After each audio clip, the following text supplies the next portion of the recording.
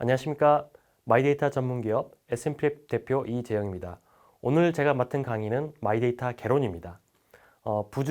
부주제에서 보시듯이 개인 중심의 새로운 데이터 생태계라는 제목으로 설명을 드리도록 하겠습니다. 일단 내용은 일단 마이데이터가 무엇인지, 그리고 마이데이터가 어떻게 시작됐는지, 그리고 초기 사례를 중심으로 어떻게 발전이 되어 왔는지를 소개를 드리고요. 그리고 마이데이터가 우리에게 어떤 의미가 있는지, 특히 산업적인 측면에서 어떤 의미가 있는지, 그리고 마이데이터 글로벌 협회에서 얘기하는 마이데이터 생태계 여러 가지 모델 중에서 오퍼레이터 모델도 간단하게 소개드리고, 앞으로 이게 마이데이터가 어떻게 발전되어 갈지를 소개드리는 것으로 마이데이터 개론 강의를 마무리할까 합니다. 네, 일단 마이데이터가 뭔지 일단 설명부터 드리겠습니다. 마이데이터라고 하면 그냥 내 데이터, 내 개인 데이터를 의미하는 것이냐? 사실 그거는 아니고요. 지금 정의를 지금 마이데이터 글로벌 협회의 한국어 버전에서 제가 좀 따왔습니다. 물론 마이데이터에 대한 정의를 사실 여러 형태로 할 수는 있는데, 그나마 가장 가치 중립적으로 잘 되어 있는 정의라서 제가 가지고 왔는데, 읽어보면 개인 데이터에 대한 결정권을 당사자에게 돌려줌으로써 그들이 속한 사회가 지식을 발전시키고 더 정보에 입각한 의사결정을 내리고 개인과 조직 간, 그리고 개인 상호 간에 보다 더 주도적이고 효율적으로 소통하도록 돕는 것이라는 약간 개념적인 정의를 내려주었는데요. 보시다시피 이렇게 마이데이터는 그냥 데이터 그 자체를 의미하는 게 아니라 일종의 사상, 그리고 운동 또는 개인 데이터에 대한 권리를 포함하는 의미로 많이 쓰게 되어 있습니다. 이런 마이데이터가 사실 갑자기 나온 개념이 사실 그렇지는 않습니다. 가운데 보시는 그림이 사실은 2013년도에 다보스 포럼에서 Unlocking the Value of Personal Data라는 제목으로 나왔었던 보고서의 일부분입니다. 왼쪽에 보면 데이터를 요청하는 리퀘스팅 파티가 있고, 그 다음에 가운데는 퍼스널 데이터 스토어. 지금 주석 처리가 되어 있는데 주석 처리 내용을 밑에 조금 제가 차용을 해왔습니다. 나중에 PDS와 보안이라는 세션에서도 퍼스널 데이터 스토어는 아주 자세하게 다룰 거고요. 그리고 오른쪽에 데이터 핸드백이라고 적혀져 있는 부분은 데이터를 실제로 제공해주는 PDS에서는 데이터 소스가 되겠죠. 데이터 소스에 해당되는 부분이 데이터 핸드백입니다. 이런 식으로 이미 2013년도에 다보스 포럼에서 이미 마이데이터에 대한 어떤 개념을 소개를 했었고, 사실은 그 전에 이미 그런 움직임들이 있어 왔습니다. 이런 총체적인 사상, 그리고 운동, 그리고 개인 데이터에 대한 권리 자체를 마이데이터라고 일컫는다, 이렇게 개념적으로 이해하시면 될 것 같습니다. 그러면 이 마이데이터가 어떻게 시작을 했느냐? 미국에서는 스마트 디스클로저 앤 버튼 서비스라고 스마트 공시 정책이라는 이름으로 버튼 서비스의 형태로 시작이 되었고, 유럽 같은 경우는 주로 영국인데 MI 데이터 이노베이션 랩에서 시범 사업을 시작한 게 있고, 또 그걸 기반으로 마이덱스라는 거버먼트 드리븐 스타트업에서 시작했던 서비스들이 있습니다. 이런 서비스들이 마이데이터의 시작 서비스다라고 생각하시면 될 것 같습니다. 미국에서 시작했던 스마트 디스클로저, 스마트 공시 정책 기반으로 시작했던 버튼 서비스들은 기관 및 기업들이 사용자 친화적이고 전자 형태로 만들어진 데이터를 제공을 하고, 제공된 데이터를 기반으로 소비자들은 더 나은 의사결정을 할 수 있도록 지원해주는 이런 일련의 정책들을 스마트 디스클로저라고 하였고, 그런 서비스들을 저희가 버튼 서비스라고 저희가 부르기 시작했습니다. 부른다기보다는 사실은 실제 서비스명이 버튼 서비스였습니다. 뒤에서 좀 더 설명을 드릴 텐데요. 이 버튼 서비스들은 넛지라는 유명한 책이 있죠. 작가가 아마 리차드 탈러인 걸로 알고 있는데, 넛지에서 소개된 리캡의 영향이 굉장히 컸었고요. 궁극적으로는 제품 서비스 및 업체에 대한 데이터는 공개적으로 제공하고, 개인 데이터는 개인 데이터의 주체인 개인이 선택한 대상에게만 안전한 방식으로 제공하는 일종의 제한적인 데이터 이동권을 구현해주는 어떤 이런 형태의 서비스였습니다. 그래서 이런 식으로 유럽도 그렇고 미국도 그렇고 이렇게 마이데이터들이 시작을 했는데요. 말씀드린 스마트 디스클로저 같은 경우 버튼 서비스들이 굉장히 나름 성공한 사례로 많이 소개가 되고 있습니다. 특히 마이데이터 설명을 할 때 버튼 서비스들을 많이 얘기를 하고 있는데요. 예를 들어서 블루투스 버튼 서비스다라고 하면 이제 건강 의료 관련된 서비스인 거고, 그린 버튼은 에너지, 그리고 이제 버튼 서비스라고 부르진 않았지만 이제 마이 스튜던트 데이터 다운로드, 이제 학생에 대한 데이터를 이제 다운로드 받아서 이제 교육에 활용을 하고, 이제 오렌지 버튼 서비스는 이제 태양열과 관련된 태양열 발전 관련된 어떤 데이터들을 활용해서 이제 개인이 뭔가 서비스 활용에 이제 활용할 수 있도록 이제 도와주는 일련의 서비스들을 블루 버튼 이런 버튼 서비스라고 불렸습니다. 그래서 이런 복잡한 데이터들을 이제 표준화해서 이제 머신 리더블 파일로 일단 만들어주고, 이제 이거를 이제 소비자한테 제공해서 소비자가 그 이후에 이제 다른 의사 결정을 할 때 도움이 되도록 이제 공개를 한다라는 측면에서 이제 스마트 디스클로저라는 이름을 붙이게 되었습니다. 이제 이런 이제 마이데이터 어떤 초기 서비스들이 사실은 이제 여러 가지 형태로 이제 많이 정의도 되었습니다. 예를 들어서 마이데이터도 있고, 뭐 셀프 데이터 또는 VRM, 인터넷 오브 미, 내지는 PIMS는 많이 들어보셨을 거예요. 퍼스널 인포메이션 매니지먼트 서비스라고. 이런 형태로 여러 가지 이제 형태의 서비스로 이제 많이 이제 제공이 되기 시작했는데, 어느 순간에 이게 이제 법 제도로 이제 규정을 하려고 하는 그런 움직임들이 생기기 시작합니다. 사실은 이게 이제 원래 이제 어떤 서비스를 제공을 할 때 어떤 기술의 발전도 필요하고, 법 제도적인 어떤 정비도 좀 필요하고, 그다음에 산업적인 이제 수요도 필요할 텐데, EU에서 이제 개인정보 보호 지침, 이제 다이렉티브라고 부르는 거죠. 다이렉티브가 이제 법, 일종의 레귤레이션으로 이렇게 만들어진 계기가 있습니다. 뭐냐면은 앞에서도 이제 어떤 버튼 서비스 설명하면서 유럽에서도 이제 그와 유사한 뭐 MI 데이터나 마이덱스나 코지 클라우드 같은, 이제 코지 클라우드는 이제 프랑스 서비스인데, 이런 서비스들이 생겨나는 게 이제 사실 어떻게 보면 이제 양대 산맥처럼 이렇게 뭔가 이제 표준화 다툼이 있을 법도 한데, 어느 순간 이제 ICT 기업들이 많이 커져 가다 보니까 어느 순간에 보면 이제 전부 미국 기업밖에 안 남아 있는 상황을 이제 유럽 연합에서 이제 캐치를 한 거죠. 예를 들어서 뭐 페이스북, 뭐 구글, 뭐 아마존, 뭐 애플, 마이크로소프트 전부 다 이제 보면은 이제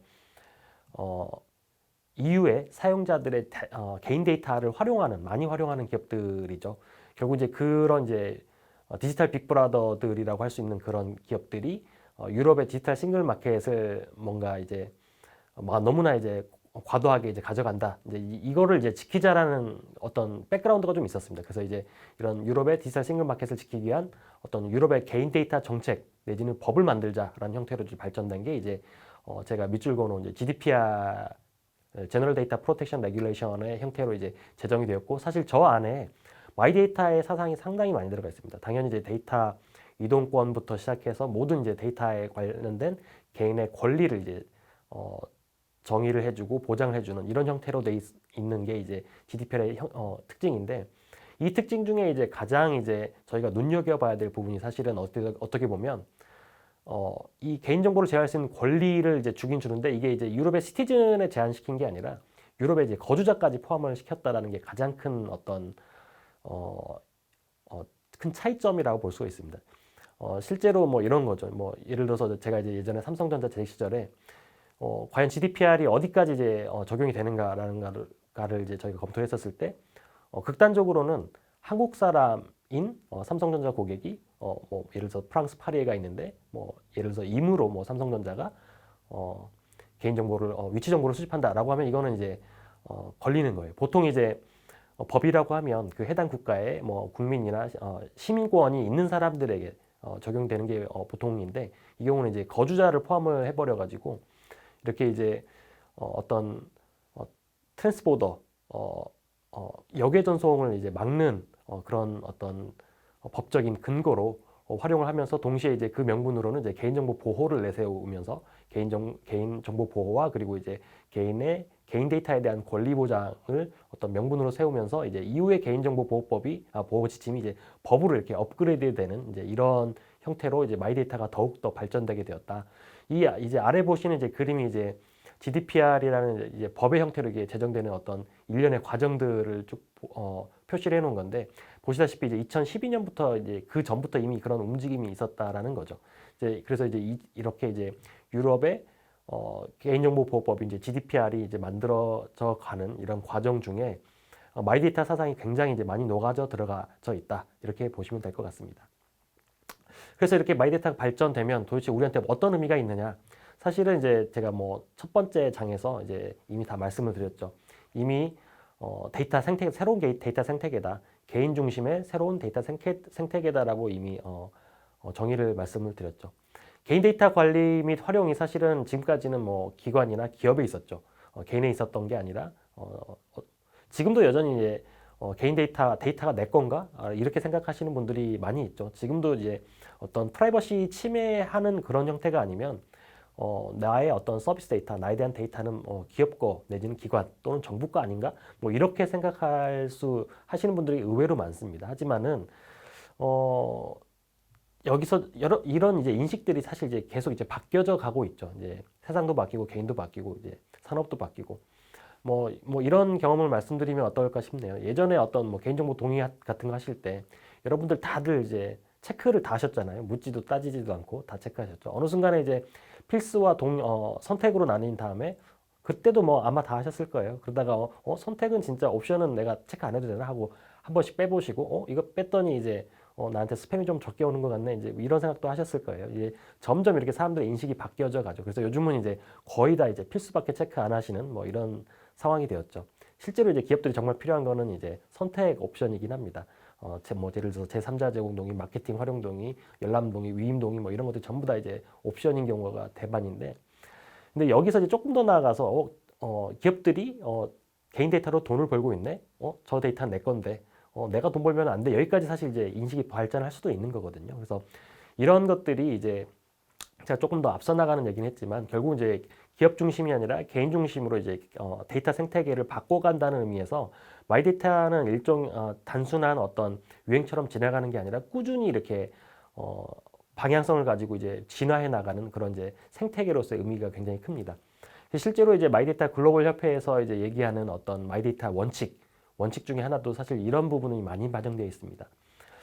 예를 들어서 크게 이제 세 가지 이제 원칙을 많이 제시를 하고 있는데요. 첫 번째로는 이제 형식적인 권리를 실행 가능한 권리로, 이제 원어로는 이제 from formal to actionable right라고 이렇게 되어 있는데, 개인정보 보호 관련해서는 사실 뭐 법도 그렇고 제도도 그렇고 굉장히 잘 되어 있습니다. 하지만 뭐 실질적으로 내가 이제 행사할 수 있는 게 별로 없죠. 정말로 내가 필수 같은 거는 굳이 내가 꼭 체크를 해야 되나? 어차피 체크하지 않으면 그 서비스 받지도 못할 건데, 이런 거는 실제로 이제 개인정보에 대한 개인의 권리를 보장하고 있는 사례는 아닌 거죠. 실제로 내가 이제 온전하게 내가 그 정보를 제대로 알고 있고 그걸 이해하고 있는 상황에서 내가 그걸 이제 정말 선택할 수가 있어야 사실은 그게 선택인 거죠. 이런 식으로 이제 정말 어떤 형식적인 막 이렇게 나열해가지고 우리는 이렇게 합니다라고 너무 깨알 같은 글씨로 이렇게 뭐 보여주는 이런 게 아니라 정말 실행 가능한 권리로 이렇게, 그리고 데이터 보호부터 또 자기 결정권 보장까지 그냥 단순하게 보호하는 게 아니라 실제로 이제 내 데이터를 내가 정말 뭐 남한테 다른 기업한테 편하게 주기도 하고 내가 이제 뺏기도 하고 이런 자기 결정권을 보장하는 것, 그리고 이제 이런 것들이 이제 사실 활용이 되어야 의미가 있기 때문에 결국 이제 활용도 이제 개인도 기업도 기관도 모두 이제 데이터를 활용을 해서 좀 더 이제 나은 세상을 만들기 위한 그런 게 되려면 결국은 이제 폐쇄형 생태계가 아니라 개방형 생태계가 되어야 된다.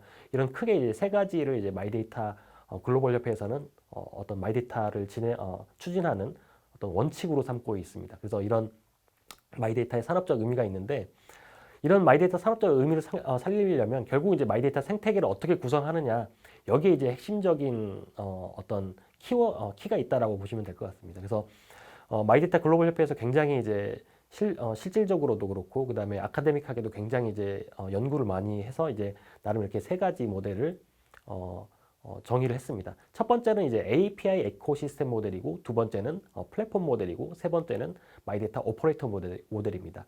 제가 마이데이터 오퍼레이터 모델은 조금 더 이제 자세하게 설명을 드릴 건데요.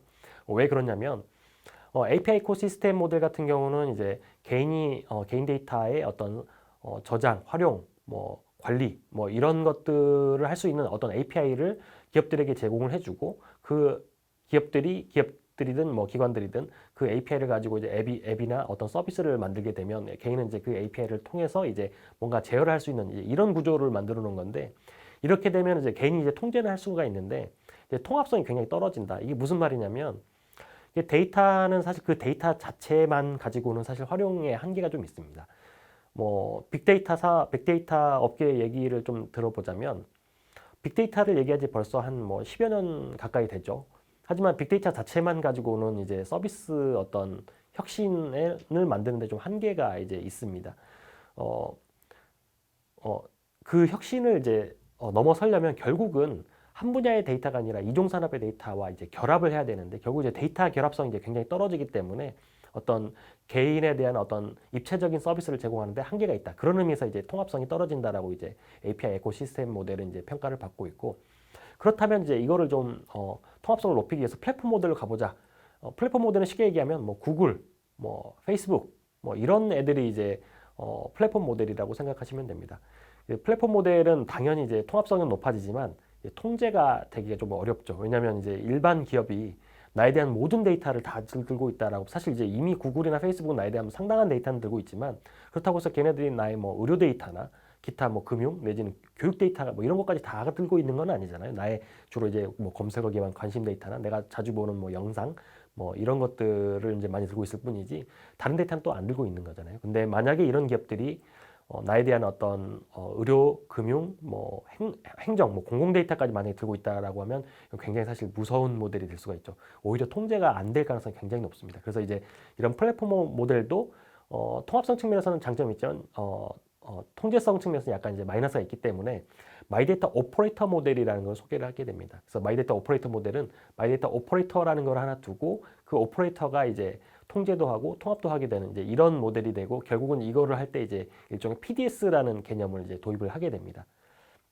그래서 이 오퍼레이터 모델을 조금 설명드리자면 이제 가운데 보시는 것처럼 이제 오퍼레이터가 이제 개인을 이제 대변을 해서 이제 데이터 소스, 데이터 보유기관이 되겠죠. 데이터 보유기관으로부터 데이터 유징 서비스, 데이터를 활용하는 기관으로 이렇게 넘겨주게 하는 뭐 이런 역할을 하는 게 이제 오퍼레이터라고 생각하시면 됩니다. 그래서 이제 오퍼레이터의 가장 큰 역할은 델리게이션입니다.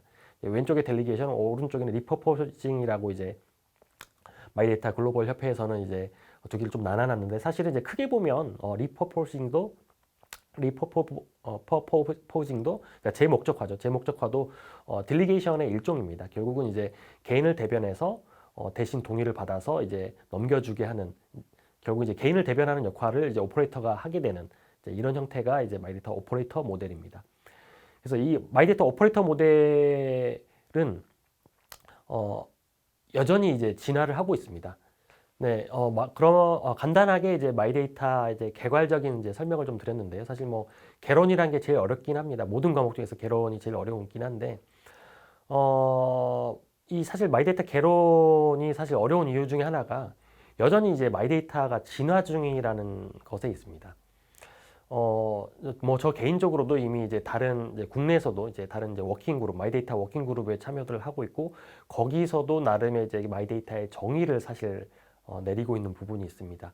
지금 제가 좀 전에 이제 마이데이터란 무엇일까 했을 때 이제 마이데이터 글로벌 협회의 어떤 정의를 차용해 왔지만 마이데이터를 어떤 PDS 측면에서 보는 경우도 있고 그 다음에 약간 산업적인 측면 또는 이제 공공 마이데이터 측면에서 볼 때 사실 그 정의가 조금씩 달라지고 그 다음에 사실 정의가 달라진다기보다는 전체적인 사상은 유효한데 산업 분야 또는 산업 분야가 아니더라도 각 분야 또는 이제 사용하는 유지 케이스에 따라서 중점적으로 이렇게 보는 그런 모습이 따로 있습니다. 그래서 그런 모습들 때문에 약간 정의가 살짝 달라지긴 하는데 그 정의조차도 사실은 여전히 이제 진화하고 있는 도중이고 그리고 이제 구조도 이제 말씀드리지만 이제 퍼스널 데이터 스토어를 제가 잠깐 설명드렸는데 예전에는 퍼스널 데이터 스토어라고 많이 불렀다가 요즘 퍼스널 데이터 서비스라고 또 많이 불러요. 왜냐하면 예전에는 이제 스토어라 이게 결국 이제 퍼스널 데이터를 저장하는데 이제 방점을 좀 주었다면 지금 이제 그거를 저장해서 활용하는 데 더 중점을 두고 있기 때문에 이제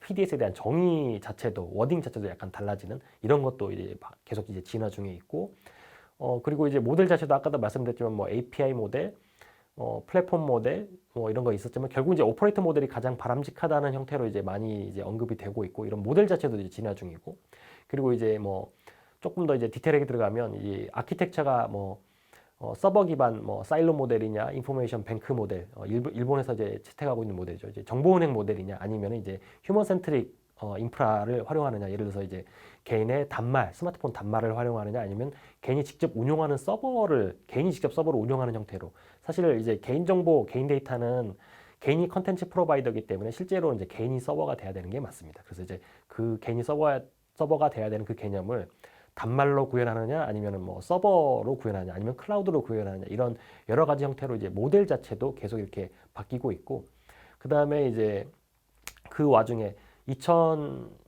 예전에도 뭐 물론 블록체인은 있었지만 최근 같은 경우 이제 블록체인이 이제 마이데이터 관련된 어떤 유즈 케이스에 굉장히 많이 이제 활용이 될 그런 움직임들이 있습니다.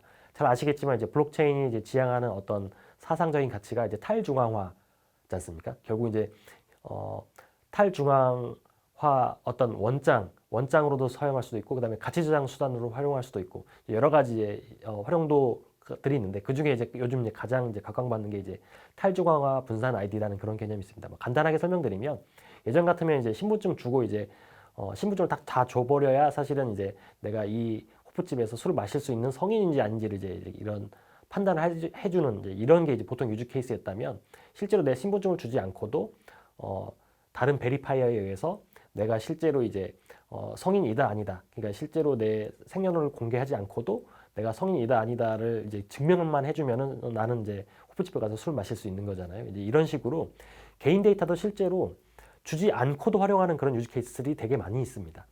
예를 들어서 뭐 현대자동차가 뭐 예를 들어서 차를 팔 때도 굳이 제 주소, 생년월일까지 그렇게 민감하게 필요할까요? 사실은 뭐 40대 가장이다, 뭐 남자다, 그리고 금융 자산은 뭐 5천만 원 이상이다, 뭐 잔고가 5천만 원 이상이다, 5,001만 원인지 5,002만 원인지 그게 그렇게 중요하지는 않거든요.